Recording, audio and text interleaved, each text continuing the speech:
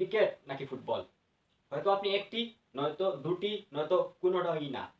আমাদের দেশের 90% মানুষ, 90% অ্যান্ড্রয়েড ইউজার এখন ক্রিকেট কিংবা ফুটবল খেলা নিয়ে ব্যস্ত।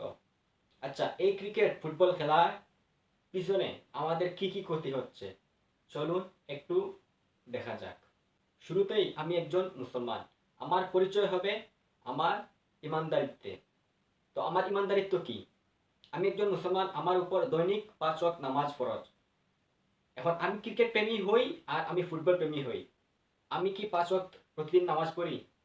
এই যে football cup, football Copa America, euro কিংবা ক্রিকেট সবই বাংলাদেশ টাইম অনুযায়ী রাত 4টা থেকে ইউরো, নয়তো কোপা আমেরিকা, নয়তো টি-20 ওয়ার্ল্ড কাপ, কোনো না কোনো খেলা চলছেই।